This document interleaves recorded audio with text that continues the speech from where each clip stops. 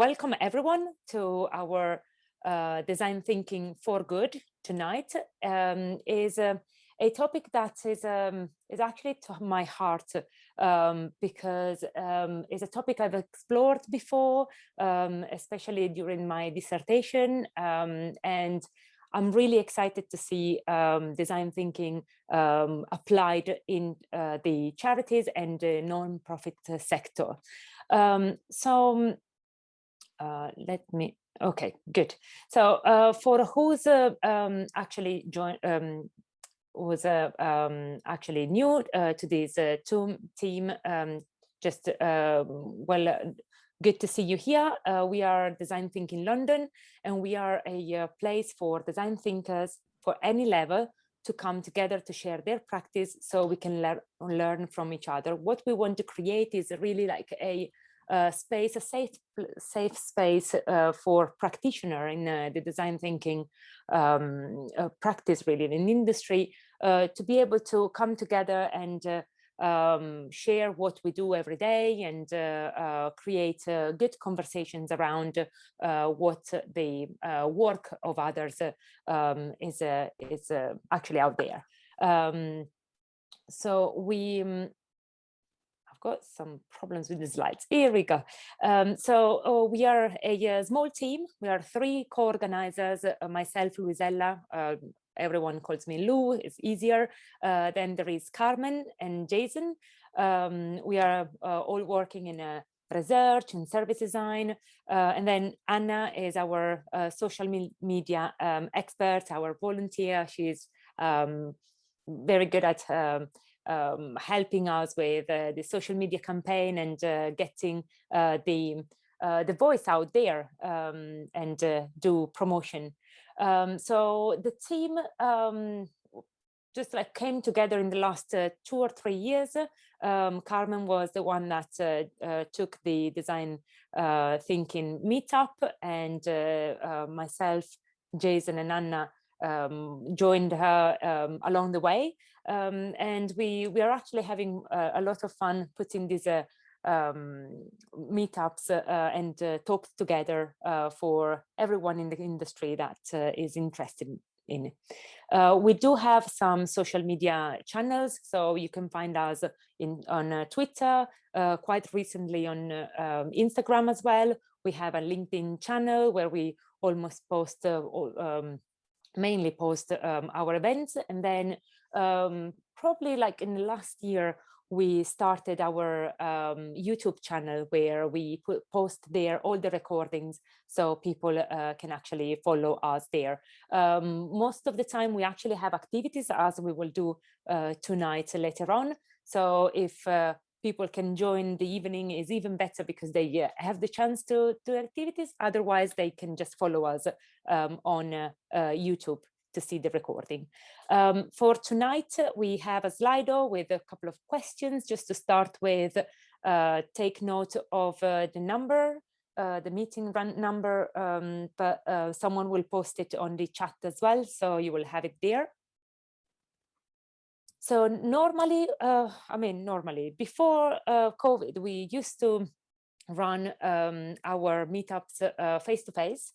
So we were always busy trying to find different places and sort of offices, really, of people that work in the same industry and want to put their space there for us to use. We used to run panels, workshops, some activities. We actually started to run them online as well. So we can't wait to be able to meet everyone face to face. But as we said just earlier, just before starting, it's really, really good that we can actually see people joining from different parts of the country and the world as well. So it's even a plus now that we do it remotely. We do have a sponsor who's Zebra People. If you are looking for a new position, please reach out, get to introduce yourself. They are really good bunch of people. They run their recruitment agency here in London, and they are always happy to meet new people and to propose new people to the industry and to their clients. So what happened here? Sorry about that. I didn't mean to do this. So let's go back here. Obviously, sorry about the glitches if anything happens again. Yeah, it's a remote and it's live. So we were at the sponsors.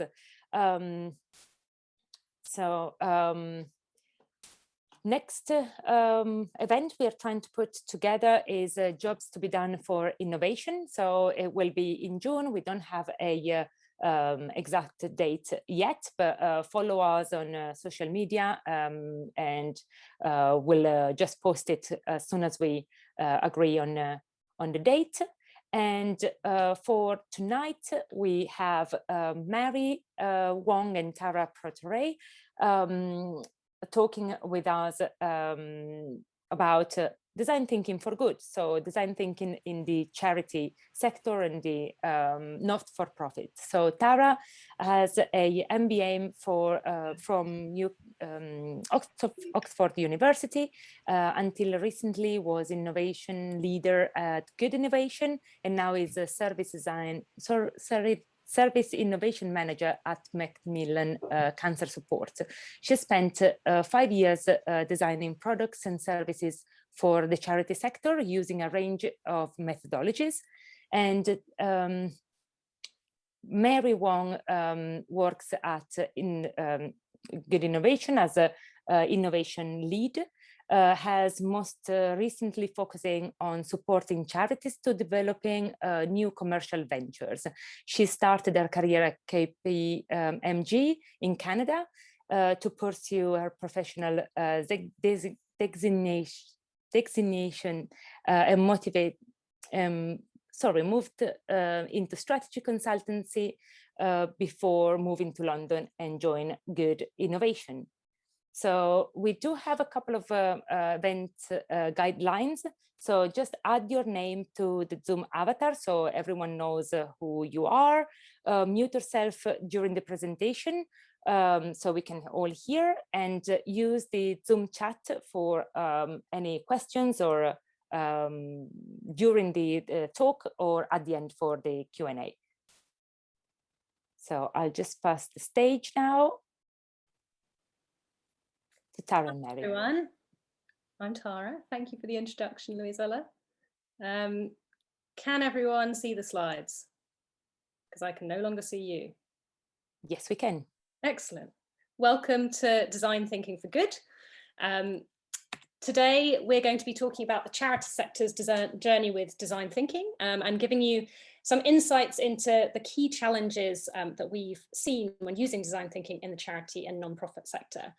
So the things we're going to be talking about are challenging and taboo subject areas and how to use design thinking to tackle these, how to use design thinking and how we've used design thinking in situations where there's a much higher risk and higher uncertainty.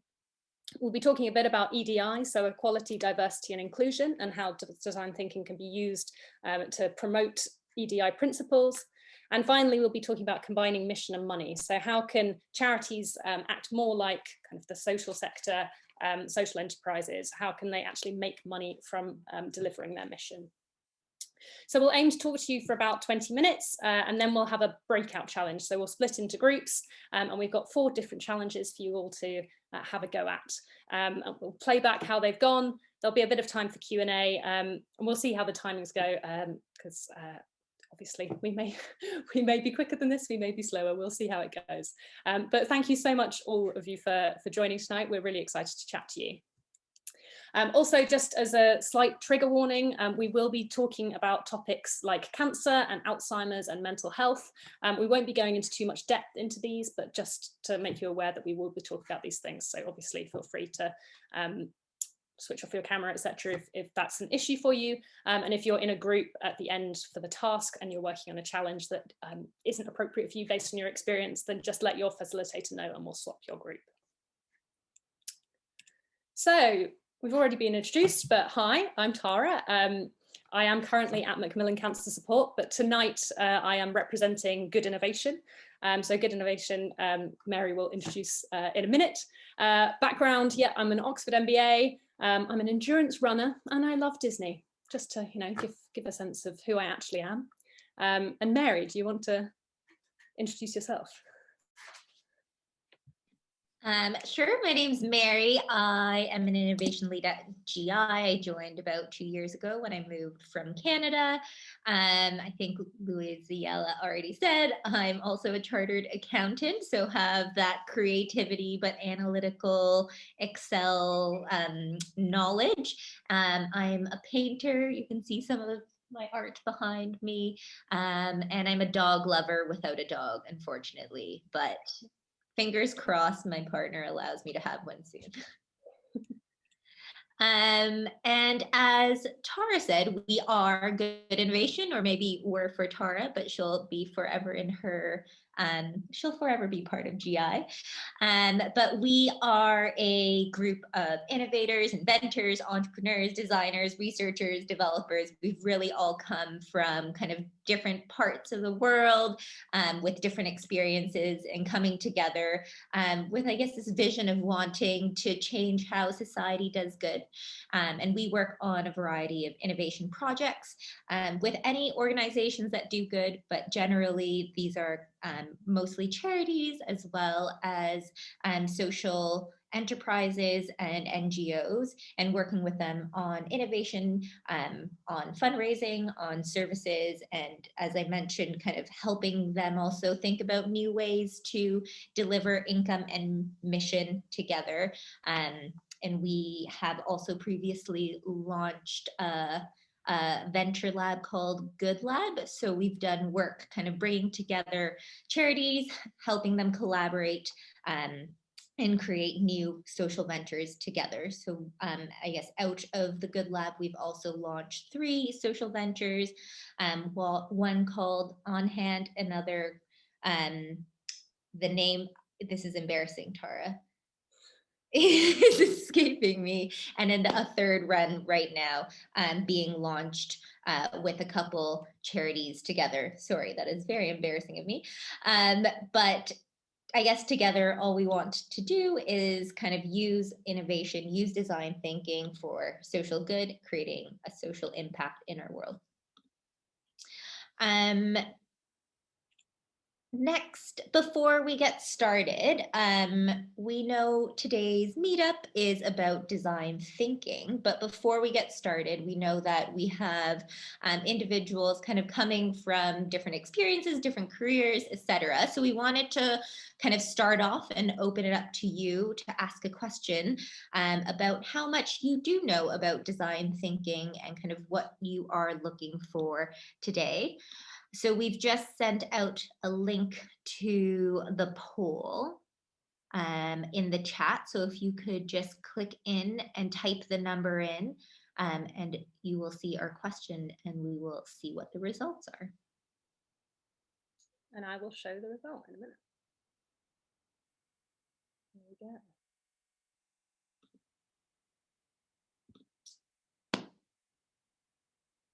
And it's called Matchable, Tara. Yeah, so we have Matchable, which is a social enterprise that's all about matching up volunteers in the corporate sector with charities. And then we have On Hand, which is more of it's really come into its own during the pandemic. It's linking up local volunteers with people in their community who need help. And then we also have Arthur, which we'll be talking about more moving forward. Okay, so we've got a lot of people saying they know a bit about design thinking, and you're excited to learn how it's used in charities. A few people who say you're an expert. Okay, a few people who say you know nothing, and you're just here to support one of the speakers. So thank you if you're here just to support one of the speakers. We really appreciate it. Okay, so based on that, I'll give you a little bit of an overview of what design thinking actually is, Apologies for those of you who are experts, but design thinking is basically a process which aims to kind of understand the user and the problem. So it's we call it the double diamond approach. This is the Design Council's double diamond. One of the kind of frameworks is this approach. You start with this challenge and this hypothesis. You think that there might be kind of a meaty challenge somewhere, but you know you don't understand it enough. So you go out as part of your outer version of the diamond. You go out and you discover more about this problem. You speak to people, you do market research, you understand the organization and its challenges. And at that point, when you've got all of this information, you then have to synthesize down into your inward part of your diamond. You define your problem and you kind of then start off thinking, okay, we really know what we're trying to solve. The second diamond then is going out again. So you develop solutions. So you have your problem, but come up with tons of solutions. Because you know that the first one you come up with is probably not going to be the right one. And then again, you kind of work out ways to test them, you iterate, you learn, and eventually kind of as you learn more, you focus in again, and you go back into your narrow part of your diamond where you want to deliver the project and the outcome and the solution that you've settled on. So the idea behind it is that you're continuously learning, you're continuously iterating, you're continuously finding out more from your users, and it's a very user-centered approach. So I was going to do an icebreaker, but I think we're a bit behind time. So we're going to say, what words do you think of when you think of charities, and put them in the chat. Feel free to still put them in the chat. I just might not look at them. But kind of positive words that you might think of when you think of charities are good, impactful, courageous, purposeful, well-meaning, kind of warm, empathetic. Charities do great work. They're amazing. The fact that kind of the UK is built on such a solid structure of charities is a wonderful thing. But as people who have worked in innovation in charities, we also know that there are big challenges for the sector, and particularly in the last few years. They're slow. They're bureaucratic, they can be seen as patronizing and out of touch and out of date. They're definitely risk averse in many ways.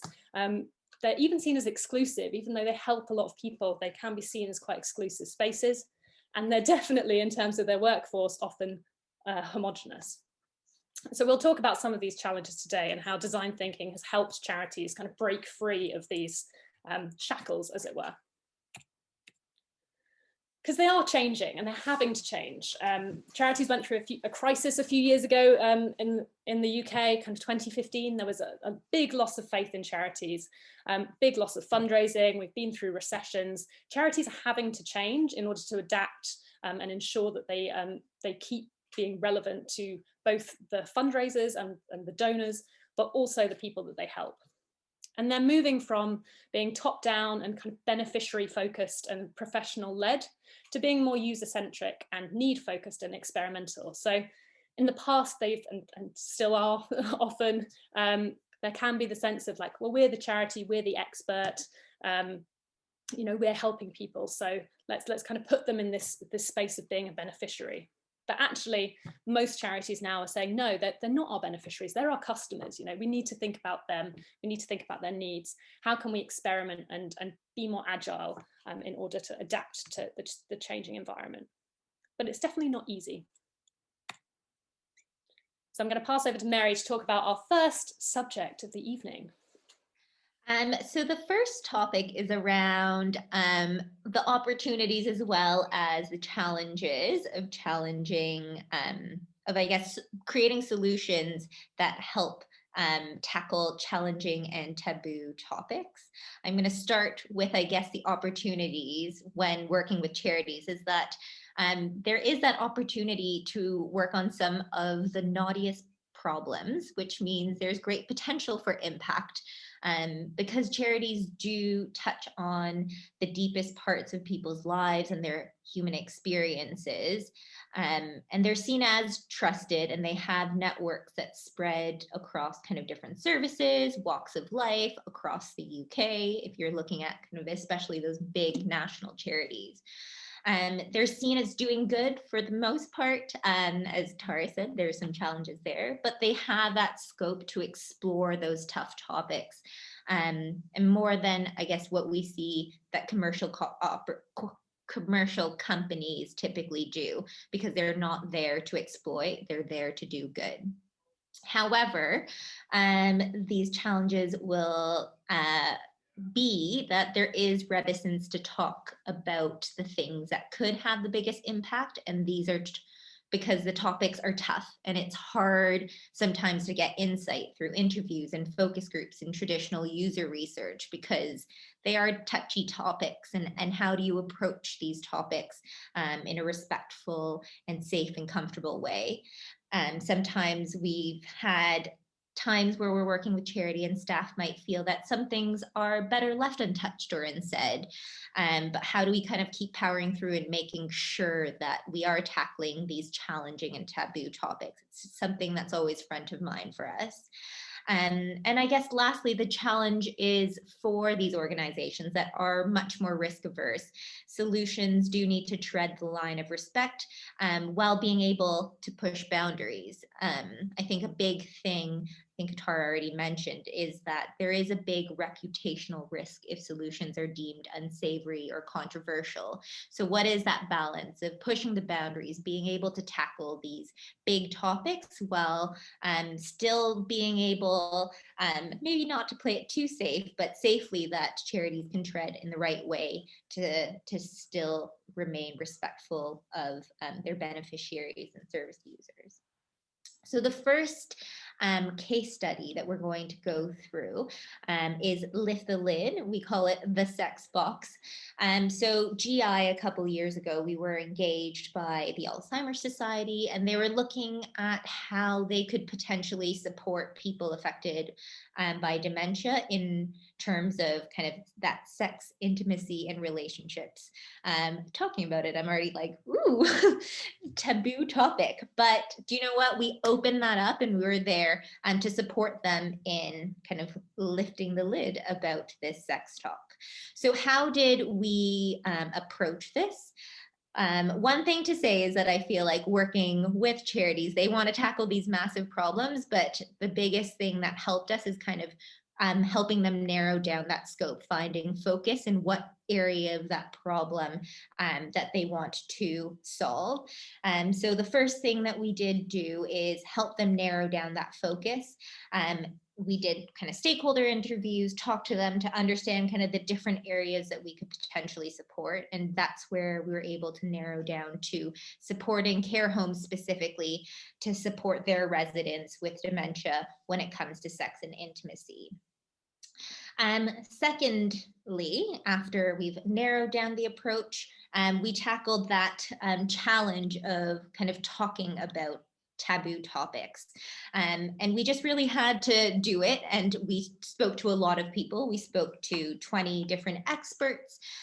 We talked to people living with dementia, as well as talking to care home staffs to really understand what the problem was, what the journey was when they encountered kind of situations around sex and intimacy, to really dig in to find the key insight into what we could help with. And what we learned was that it wasn't really about not knowing what to do, but what we learned was care home staff just lacked the training and guidance that they encountered. They had an idea of what to do, but nobody ever talked about it. There was no official training, and we just really needed to open that up. So what we did next is we conducted an ideation session all day, again, with various stakeholders internally with the organization, as well as care home staff and people affected by dementia, and co-created a long list of different ideas, as well as help prioritize down to those that we felt as a team would be most impactful in helping care home staff. And what we did last was test, and test again. We quickly prototyped. We worked with more care care home staff to test the different solutions before we came to one that was the MVP of Lift the Lid. And we piloted that with 10 different care homes to further refine it, see how they were using it, refine the idea based on what we saw, to finally create a product called Lift the Lid, which is now launched by Alzheimer's Society and sold to different care homes. And what it was is a workshop in a box. It was introduced to care home staff so that they could collaboratively have this toolbox to figure out their framework of how they would deal with situations around sex and intimacy. It helped them challenge the perception around sex, intimacy, and relationships and people affected by dementia. It gave them that framework to respectfully manage in the moment situations and help them align on shared values and create an action plan so that they felt that they were knowledgeable and understood what to do when they came in touch with this situation. And I guess there's a quote there for you to see, but it was really just helping them solve that problem of gaining understanding and confidence to deal kind of with these situations. But again, I think what we learned from this is that these topics can be challenging, they can be uncomfortable, but really talking to everyone and getting that insight was the key to helping us find the right solution. Amazing, thank you, Mary. And I believe the Sex Box won a Service Design Award several years ago for the impact it's had for the Alzheimer's Society. So the second topic we want to talk to you about was around high risk, high reward. So similar to what Mary was saying, charities work on some of the knottiest problems. There's a massive potential for impact. They can unite the public behind big causes. They can have a big impact on mental, physical health, benefits, child abuse. Kind of the new solutions in these areas could have a massive impact on people's lives and well-being. We're not just talking about kind of making the next chocolate bar or foodstuff. You know, these are things that really can change people's lives for the better. But that means that there's a high risk as well. There are so many risks and an understandable reticence to take them in fields where processes have been long established and long established for a reason. You know, they know what works, they know that the process is safe, and things can have a massive impact. So if something could have an impact on care or in losing someone's data, it's not the same as experimenting in more corporate fields. The field has also long been run by experts who will put up barriers, and running small scale tests and prototypes and the kind of the second diamond of design thinking, when there are such risks, can ease concerns, but they can also make concerns greater because people say, oh, you know, how can you do a small scale test when you don't really know what you're doing? And even though the impact could be smaller, there's still a real fear amongst internal staff that you're going to do something that's going to have a big reputational impact or personal impact for someone. So the case study I wanted to talk about isn't one from Good Innovation, it's from my time at Cancer Research UK, where we were tasked with setting up an army of volunteers who could deliver peer-to-peer health information. So my manager came to me and said, yeah, you know, there's this vision for this army of health volunteers. It's going to be the cancer awareness movement. You know, people are going to be saying to their friends on the street, go get checked for cervical cancer, have your screening. Did you know that kind of overweight and obesity is one of the biggest causes of cancer? They thought that this was going to be a fantastic way to spread key messages and build brand awareness. Luckily, what they did was they said, okay, let's take an experimental approach and let's take a design thinking hat towards this instead of ploughing full speed ahead and saying, right, let's recruit 3 million volunteers. Because there were quite a lot of challenges. And that's the joy of design thinking. It highlights your assumptions really early and raises challenges early on. So one of the biggest assumptions we had going into it was, oh, we'll just recruit people and they can get a badge and they can do it. That's fine. That's all they need to do. And as soon as we started interviewing people and kind of testing the product out, volunteers were saying, no, like, we're not doing that. We're not taking responsibility for that. If you're expecting us to talk to people about health, of course, you'll need to give us training. So that was our first thing. It was like, oh God, now we have to develop a training course. We then had internal staff saying, oh, we can't give people a training course because then that means that we've kind of accredited them and they're going to be representing us on our behalf. What if they say something wrong? We can't have lay people delivering health information. So you have that barrier there. And then you also found that volunteers felt that approaching people about their health was really awkward and preachy, and you had to then tackle that barrier of can you make people comfortable, even if they've got the information, how can you make them comfortable in talking about it? So plenty of challenges. And the joy of this project was that we iterated, we overcame some of the challenges, we created a training session. That's my Cancer Research UK health volunteer badge there. But sometimes the joy of design thinking is in understanding that the solution you think is going to be perfect doesn't actually fit the problem. If we wanted to spread health information, this probably wasn't the quickest or easiest way to do it. So we developed a training course. We had 26 people delivering regular missions, cancer awareness missions. It was passed over to an internal team, but ultimately it was felt that the challenges of the process had made it clear that it would be too difficult to scale. And the joy of this was that, as opposed to it being kind of a 3-year project that dragged on, because of design thinking, it was kind of done and dusted in about 8 months. Still quite a long time. The organization was still learning at this point and could have done it a lot quicker. But ultimately, although it didn't progress, design thinking and kind of testing our assumptions early on meant that the charity saved money and time in the end. Next, I wanted to talk about equality, diversity, and inclusion, especially in the charity sector. And I think, again, challenges and opportunities. I guess traditionally, charities face a challenge around EDI, both internally, kind of amongst their staff, but also externally in terms of their reach, both in who they provide services to, but also their supporters. In terms of, I guess, service users, historically, charities have not been able to kind of reach everyone at all corners of the UK. At times, there's also kind of a lack of trust from some specific communities.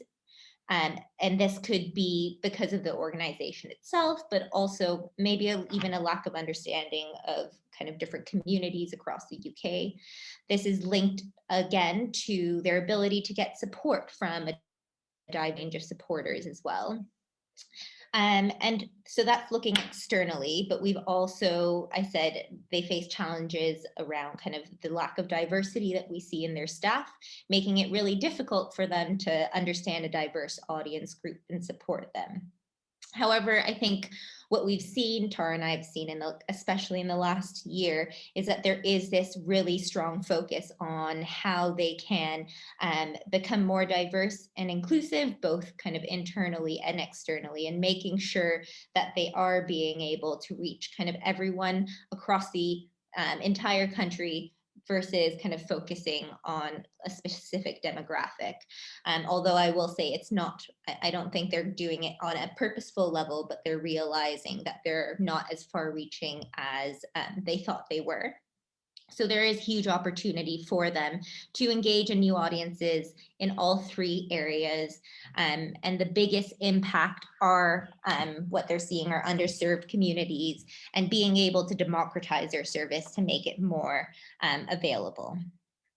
So in terms of case study, it's not really a case study, but I'm going to talk a little bit more around kind of inclusive design principles that we've kind of implemented ourselves in our projects and what we've been doing with the charity sector, because we are, I guess, on a journey ourselves, and I guess it'd be great to get your input later on in Q&A to see what you have to say around inclusive design as well. But how we've been building EDI into the design thinking process. I guess at the beginning of projects, we really look at kind of conducting a portfolio review. So a lot of our work is around new product and service development, but really understanding kind of where those gaps do exist and seeing kind of where our portfolio of products or services and who they're serving and who they're reaching and where are the gaps kind of within. That just helps us better understand, one, where the gaps are, but also making decisions on who we might want to focus on in that product or service development process. Second, looking at kind of recruitment as well. I think there is a tendency when we're recruiting for user research to look at demographics, but I think being in the human-centered design field, we're looking at kind of reaching and recruiting audiences based on attitude rather than demographics. So what are their needs and what are their motivations, and how do we recruit on that basis versus looking at demographics? And I think an opportunity that we've seen most recently because of the pandemic is the ability to kind of reach a further more audiences, being remote and being able to kind of run user research through kind of digital means like Zoom, or running kind of online communities and different things like that, has allowed us to be a bit more far reaching. I guess being a London-based agency, sometimes recruitment kind of is based on your location, but having that digital lens now, or digital approach, you're able to be a bit more far reaching, which has helped. And finally, when we do kind of stretch and building of our ideas for both new products and services, being able to, we run like an exercise around how we might be excluding specific audiences on multiple lenses, whether it's around income or geography or disability, to really help us identify those gaps of why a product or service might not be reaching a specific population. And in general, I guess in kind of that charity sector, what we've learned to support the charity sector a bit more in EDI is how we create kind of a safe space to speak honestly about this topic. So at GI, we've kind of created or started conducting these Designing for Equity Roundtable, where we've brought together individuals from across different charities to collaborate and explore kind of different challenges around EDI. And again, looking at multiple perspectives, kind of EDI challenges facing kind of internal staff, as well as kind of their supporters, as well as service users. But what we've learned is just having that safe space for people to talk openly about it and learn from each other and share best practices have really helped them open their eyes and what they can do as an organization, internally and externally, to tackle some of these EDI challenges. And finally, I'm going to talk about mission and money. So charities have many services and strengths and assets that could be used to generate income. So they could have subject matter knowledge that's second to none. They have buildings, they have staff, they have so many assets that they could be using to make money. By generating income through their products and services, they could be less reliant on unpredictable fundraising. So COVID in itself has shown how unpredictable fundraising is. You know, the London Marathon was cancelled, people cancelled their direct debits. If there's a recession, people are much less likely to give money to charity. So having another income stream that's less reliant on people just giving is really important for charities. But there's a challenge around this, because there's a perception within and outside the organisations that everything that charities do and provide should be free at point of service. So as soon as charities start charging for things, that can lead to resistance. And it's a kind of delicate balance of how to do this in a way that feels acceptable and that people are happy with charities doing. They also have very little experience commercializing their services. So even if there's a great opportunity and they're like, yeah, we could make money from this, they often don't know where to start, which is often where we come in and help. But they have challenges setting up their own enterprises. So the case study that we'd like to talk through today is for Versus Arthritis, an arthritis charity. And they use design thinking to make life easier and sleeker for arthritis patients. And this one really highlights the benefit of going out broad in your insight phase and going out and speaking to a lot of people, because they didn't have too many hypotheses at the beginning of this project. They just knew that they wanted to understand more about people with arthritis and their needs. And what they found was that there was a core problem that was coming up again and again. And there's one story that one of our managers really always likes to tell of, he went to do a user interview with a young mum, kind of 30 years old, in Wales. And she was falling out of the bath a lot. So she was kind of going and having a bath, and she'd fall and she'd get injured getting in and out of the bath. And they said, oh, okay, why don't you install a bar? Do you not have equipment? Do you not have a step? And she said, yeah, I've got all that stuff. They gave it to me when I kind of got diagnosed.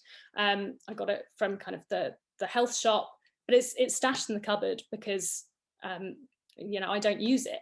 And when you kind of probed and said, well, why don't you use it? She was like, because I don't want my children to know that I'm disabled or to think I'm disabled.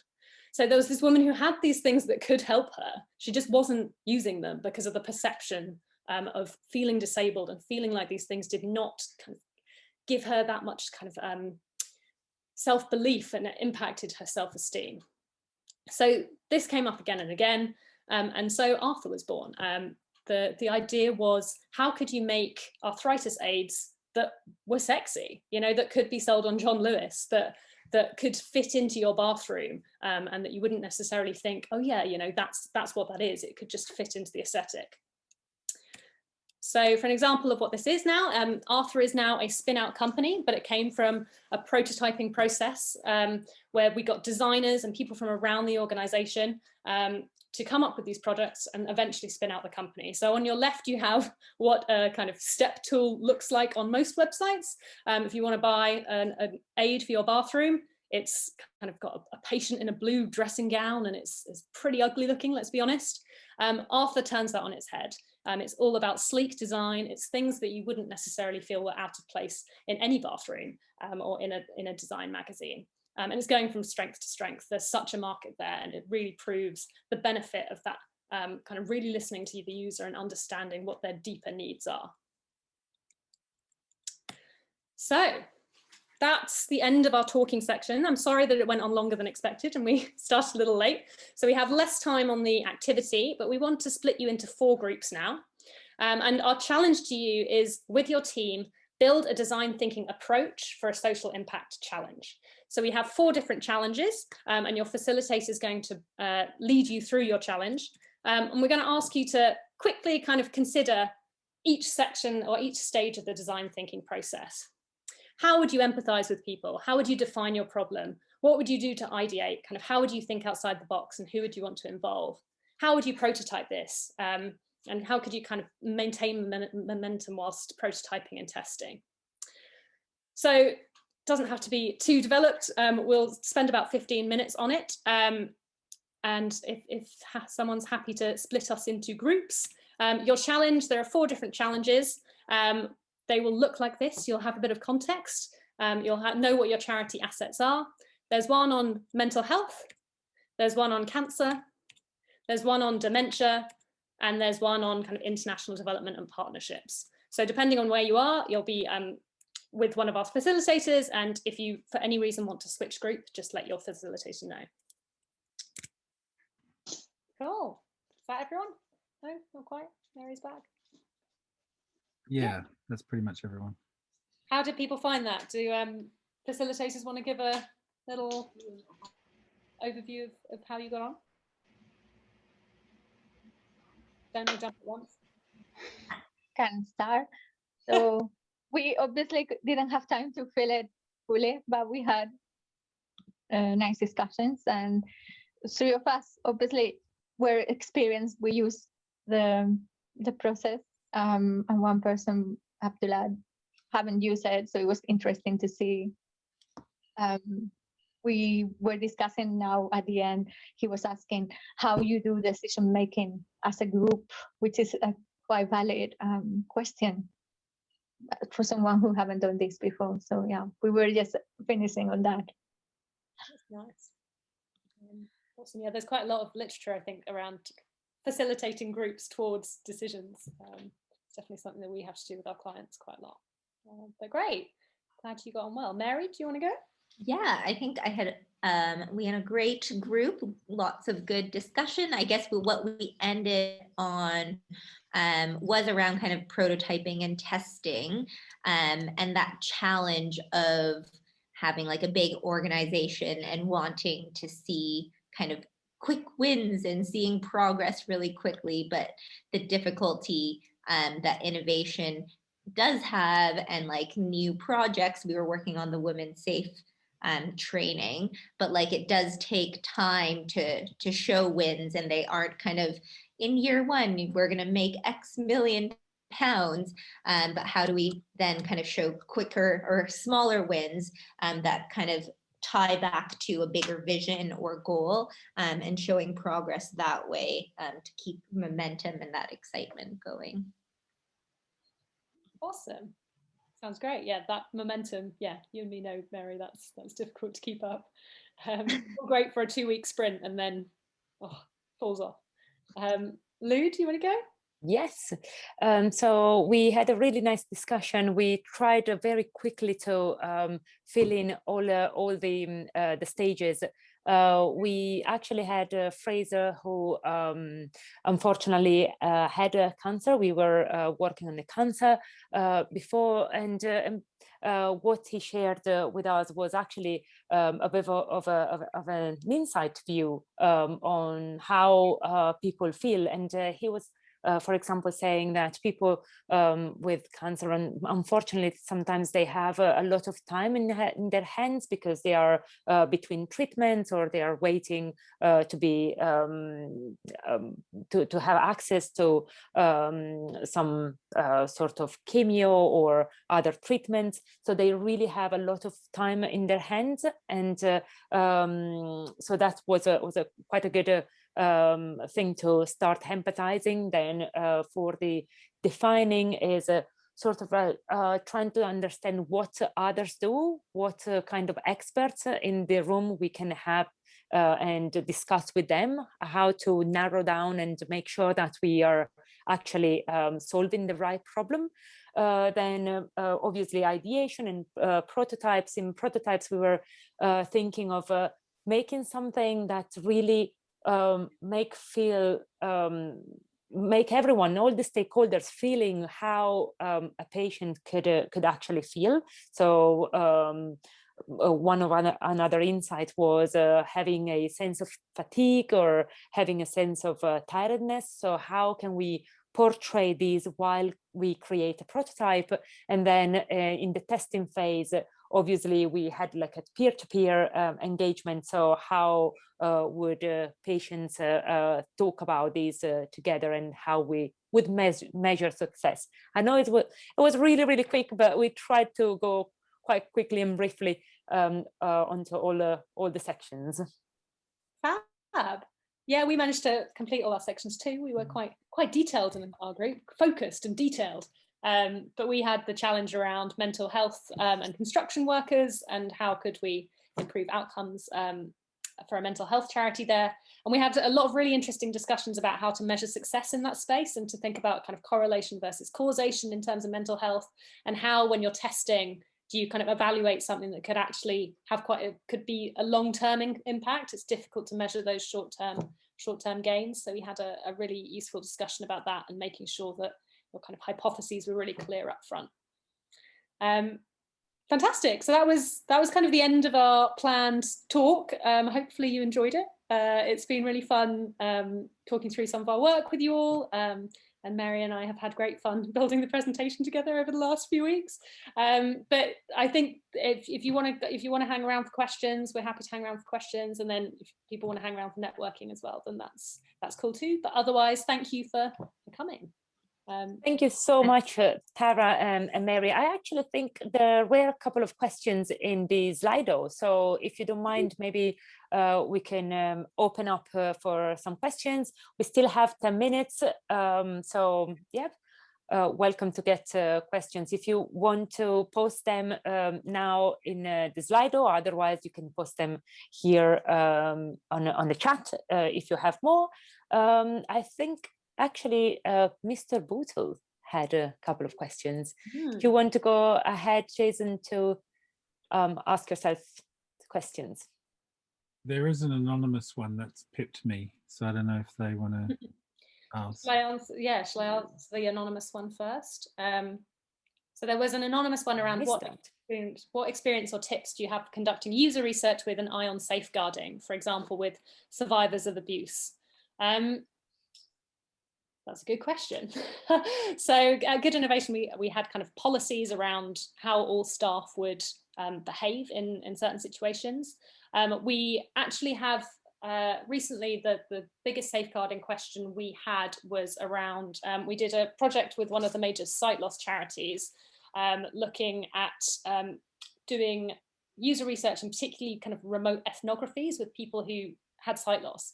And there was a really, we were talking about mental health, we were talking about kind of the impact of sight loss on day-to-day lives. And so we had to think really carefully about safeguarding ahead of that project, particularly with regards to COVID and the impact that might have had on mental health. So we kind of, I mean, the recommendation is you do a risk assessment, you understand what the issues could be. We tend to have a very robust process in place with our recruiter. So Good Innovation recruit through agencies and specific agencies. And these agencies tend to have processes. So we had one incident on the sight loss project where someone clearly kind of really wanted to participate in the research, but from what he was saying to the user researcher, we felt it really wouldn't have been permissible for us to continue with it.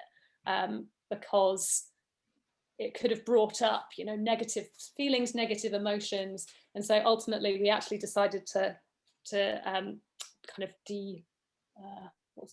to stop doing the research with this person on day one, but then to follow up with him in terms of his mental health and make sure that kind of forcibly withdrawing him from the research hadn't had a negative impact. So there's kind of a lot of processes in there just to make sure that we flag anything that's a concern, we flag to our agencies. Our user researchers are very on top of kind of any red flags that we're hearing.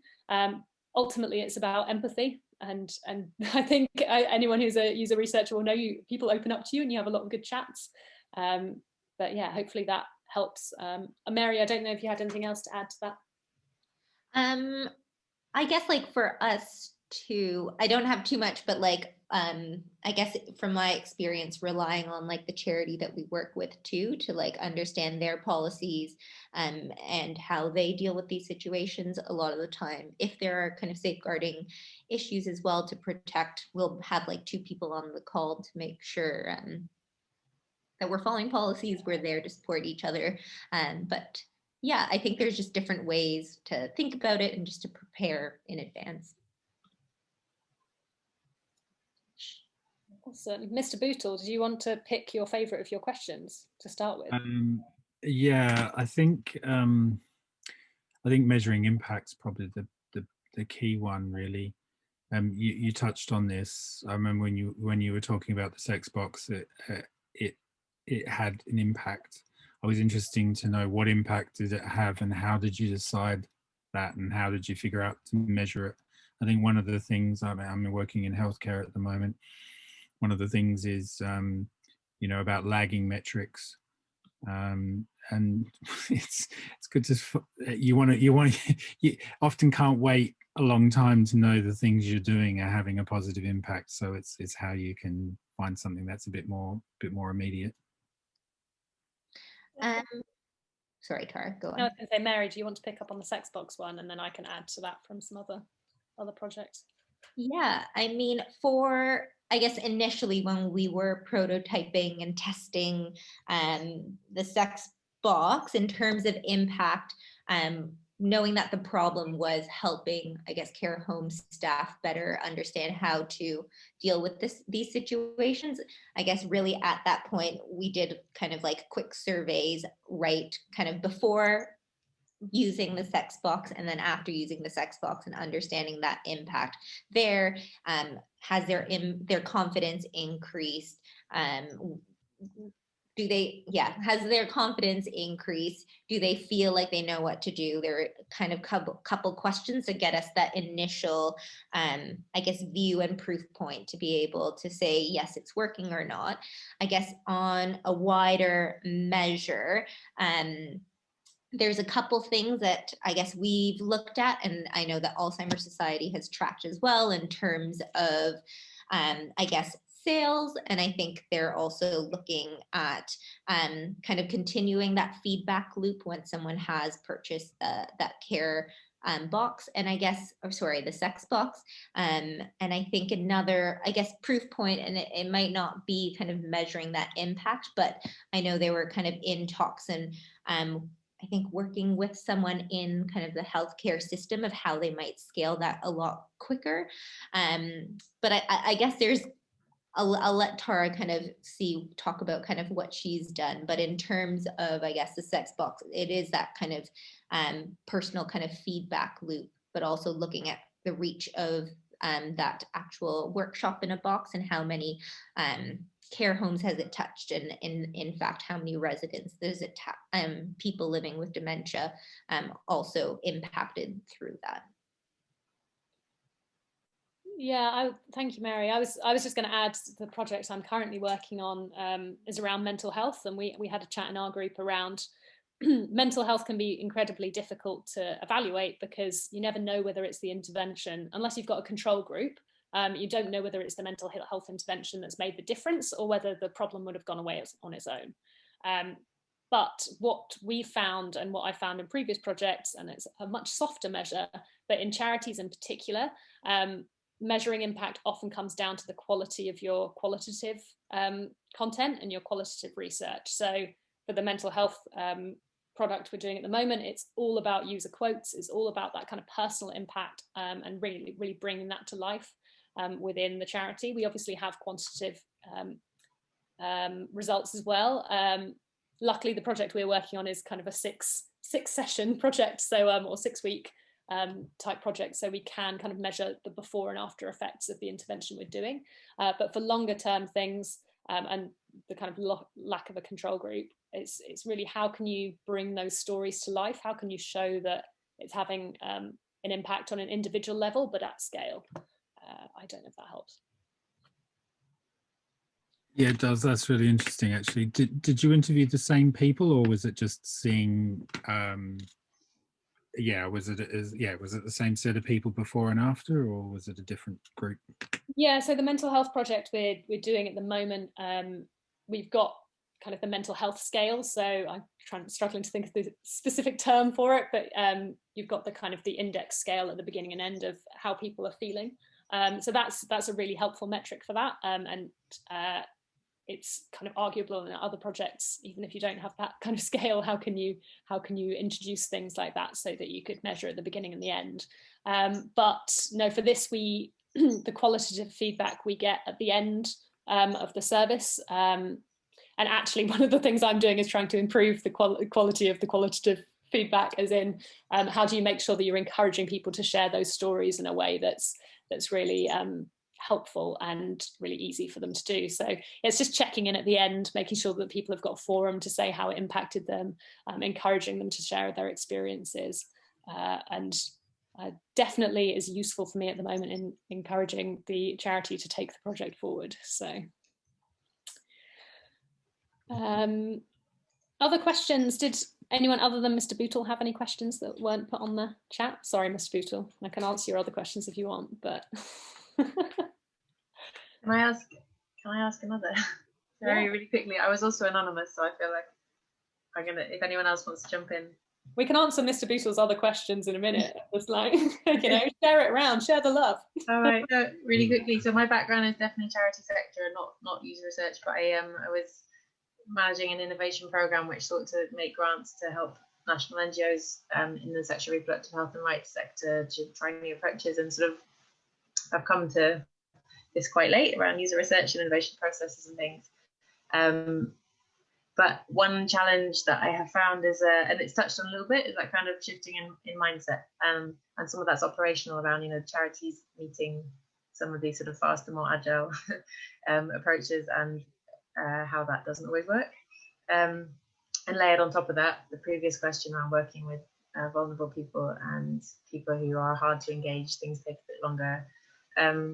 So my perspective, very much how does charities come to work in a more agile way? But I wonder if you have any reflections on how, as user researchers or coming from a more design background, how has your approach changed to kind of meet in the middle, to compromise some aspects whilst maintaining the integrity of the design approach? Yeah. Nice question. Mary, do you want to jump on that one, or shall I jump on it? You go first, and then I'll jump in. So from the kind of, this doesn't touch on the safeguarding aspects so much, but from the getting the organization involved and more willing to take on risks. One thing that we found is really, really helpful is the kind of cross-functional team at the beginning of a project. So we use design sprints quite regularly, and we all have kind of an intense period at the beginning where you're coming up with the ideas and things like that. So we ran a project with a small children's hospice last year, my favorite project ever, actually. But the joy of that project was that we got a truly cross-functional team. So, and we were upskilling everyone in that team through this 3-week process. So by the end of it, we had someone who worked in the nurse support team who'd been upskilled in kind of the innovation design process. We had someone who was in supporter services. We had someone from marketing. We had someone from events, which meant that by the end of it, all of the managers of these people then saw what an impact the process had had on their staff, and they saw the staff in different levels being an advocate for the process, which really then helped as they kind of went on to prototype and scale. It wasn't such a risky one from a safeguarding perspective, but it was definitely a risky one from an investment perspective for the charity. And it's been so much easier to manage those stakeholders and to influence those stakeholders because you have those points of contact throughout the charity. So I'd say particularly the charities that can be quite siloed, it's like the more you can do to engage those really enthusiastic individuals at the beginning and like make them your advocates, the better off you'll be further down the line. Yeah. I guess to add to that, from my experience, I think like finding like a key sponsor or like person from leadership who's really kind of bought into this idea of agile and design thinking, who will really kind of like spearhead and be the one who will help you manage the blockers and those barriers. And I guess like the other thing too, thinking about kind of what Tara had said and bringing in kind of like key stakeholders from across but I think like where we have succeeded the most in like turning someone who's really scared about design thinking, who hasn't worked experimentally before, is like really bringing them into like the process and like let them learn by doing. And we use kind of like the sprint approach and that collaboration. We like position the people we work with as partners, and you're the doers and you're going to experience it. And I'm not sure if you've seen like the innovation squiggly where it's just absolute confusion in the beginning, but you will find clarity at the end, and like help them live through that process, experience it while kind of like being their safe pair of hands that can guide them through. Really helps them, I guess, get bought into the process and really feel like they've been a part of it and they can kind of do it themselves in the future. I agree. Thank you.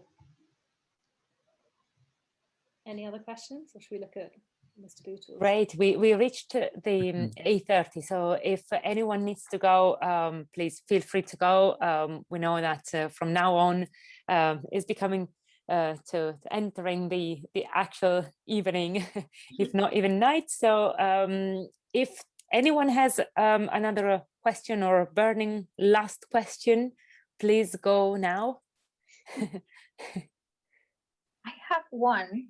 It comes from a discussion that we were having in my group, and it was how you prevent people, because people that are not used to this way of working, to fall in love with the idea, and to then, when you go into prototyping, this came on the prototyping, how we take the stakeholders with us, what kind of techniques will you use for them not to, be biased, and hypotheses can be difficult as well to handle, and you could test to prove more than to disprove. That is how you actually do it.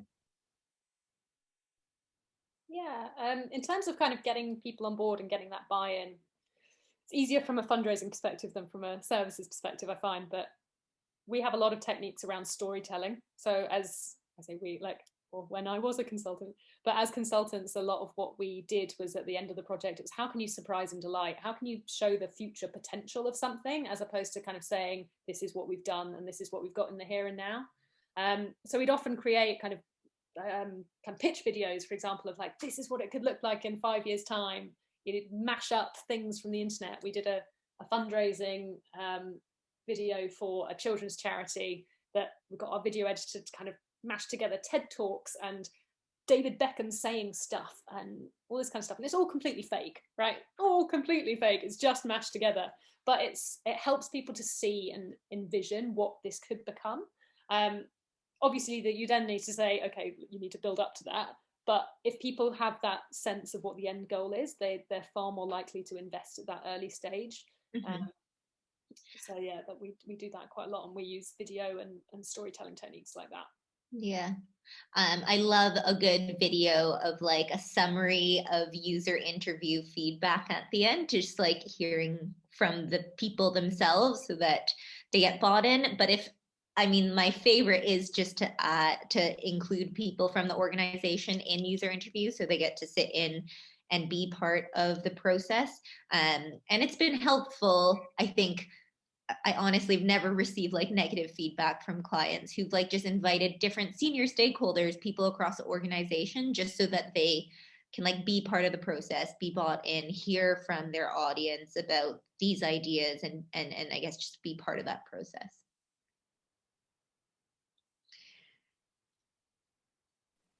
Great, thank you so much.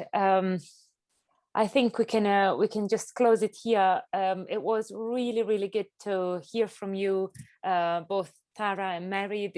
The challenge we had to do was really nice. It's actually good to make us think and do something. Even if it's short time, it's always good to be able to experience all the stages and phases ourselves. So a massive thank you for putting together the case studies and the presentation, and introducing the design thinking for goods, really. Thank you so much, everyone, for joining, and we'll see you next month in June for a Jobs to be Done event in innovation. Thank you, everyone. Thank you. Thank you. Thank you for inviting us. Thank you very much. Yeah, thank you for joining. Thank you.